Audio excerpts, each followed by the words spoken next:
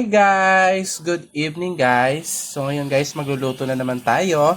At ang lulutuin natin ay ang pangmalakasang sisig from Virginia sisig. So ito ay halagang 55 pesos lang na mabibili nyo sa O-Save. Okay?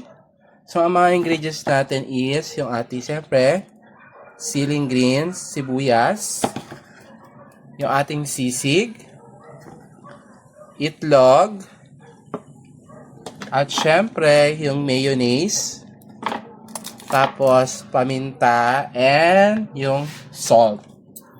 At syempre di mawawala ang mantika, ang ating pure vegetable cooking oil. Galing din siya ng O-Save. So lalagyan lang natin siya ng konti. Kasi yung ating VIP is magmamantika. Ipoproduce din siya ng mantika. So ngayon, habang pinapainit natin yung mantika, bubuksan na natin yung ating so ngayon guys, bubuksan natin. Gugupitin lang siya natin dito. Tapos yun na guys. Yan. So ayan na siya guys. Siya ay pang sisig, pork sisig. So meron dun tong chicken sisig guys. So pag pinapainit na natin yung ating kawali, so ilalagay na natin yung pork sisig muna kasi kikrispy muna natin siya bago tayo maglalagay ng sibuyas at saka ng sili. So buksan na natin. Hiniwa ko na siya guys. So guys, napakarami na nito guys. Kompletong-kompleto na to sa ingredients. Guys, 'di ba? Ang dami niyan pag naluto. So ilalagay lang natin. Ilalagay na natin. So, ingat lang kayo guys kasi syempre pork pa rin to. Tatalsik siya sa inyo yung oil. So, hihiwalay-hiwalay lang natin. So, mabibili nyo to guys sa O-Save. Frozen siya. So, ibababad mo lang siya sa tubig para lumambot siya. So, ayan. Ang bango-bango niya na guys. Kompleto na siya sa ingredients. Parang may sibuyas na siya. So, pwede nyo rin ito gamitin pag kayo ay merong mga okasyon.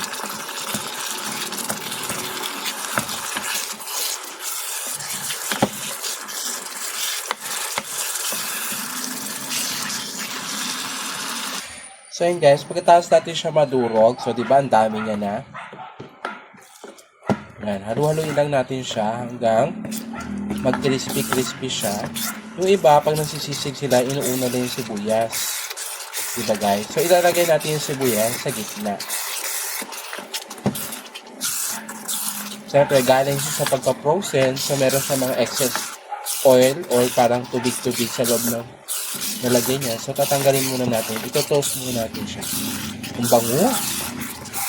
Parang siyang pork pata. Kung alam niyo yung amoy na yun. So, yun. So, yun guys. Nagtututong na siya sa ilalim. So, ilalagay na natin yung sibuyas. So, mas masarap. Mas maraming sibuyas. Pero isang sibuyas lang ito guys ha. Yan. Tapos, isusunod na natin yung ating tatlo yung binili kong sili. Pero, isa lang ang ilalagay ko. Kasi baka naman masobrahan tayo. So, ayan. Bango na, guys. So, ayan. Kumukulo na siya. So, i-add na natin yung ating pangmalakasang paminta.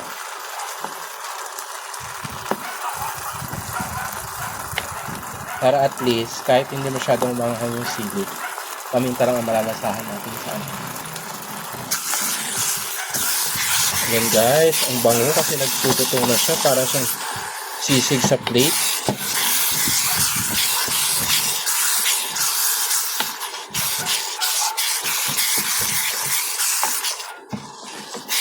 Ang ginastos ko pala dito guys is 105 pesos.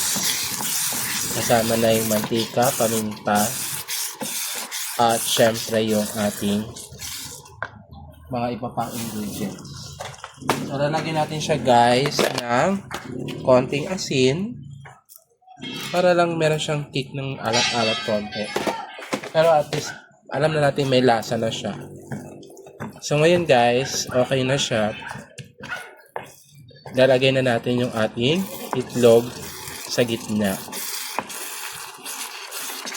Tapos, saka natin siya toasted.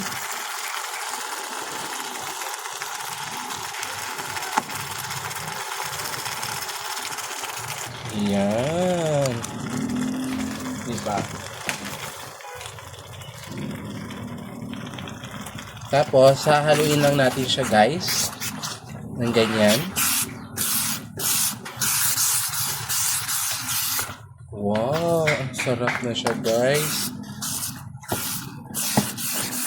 Parang sisig na sa restaurant. Budget sisig. So, hindi mo na kailangan bumili ng baboy at mag-ihaw or mag-prito. So, marami na to guys. Parang 2 order na to.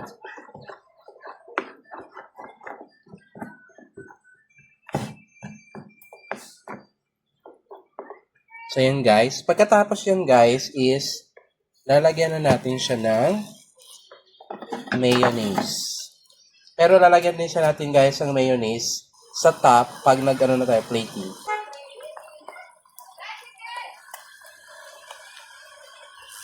So, yung mayonnaise natin guys, OSIB din to. 25 pesos.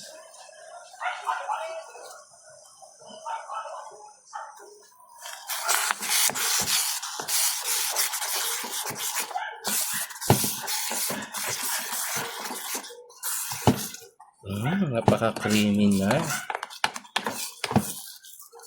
Kita nyo, napaka-creamy na.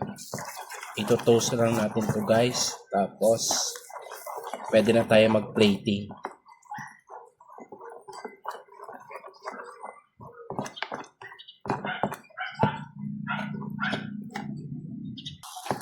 So, ito toast lang natin siya guys.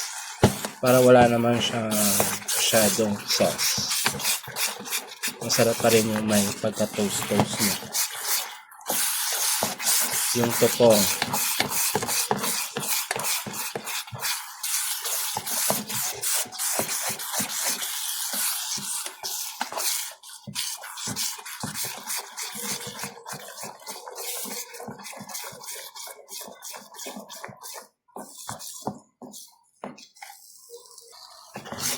Ayan guys, toasted na siya guys. So ngayon, malapit na tayo mag-plating. So yun guys, nagmamantika na siya guys. So okay lang yung anghang niya, yung kick ng paminta at sili kasi isa lang nilagay natin sili green. At syempre makakain naman siya. Kita nyo guys, nagmamantika na siya guys. So magpi-plating na tayo guys, siguro mga 1 minute magpi-plating na tayo.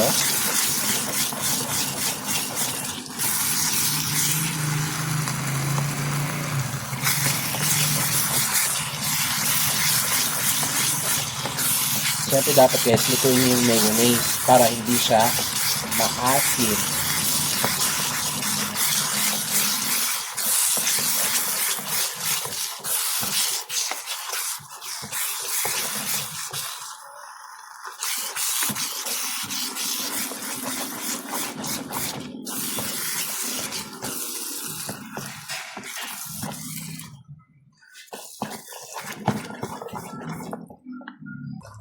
So, ayun na nga guys. Tapos na ating sisig. Sa halagang 105 pesos, meron ka ng sisig. Pwede pang ulam, pwede rin pang pulutan, pwede rin pang midnight snack. So, kahit saan, pwede siya. So, yun guys. Magpi-plating na tayo.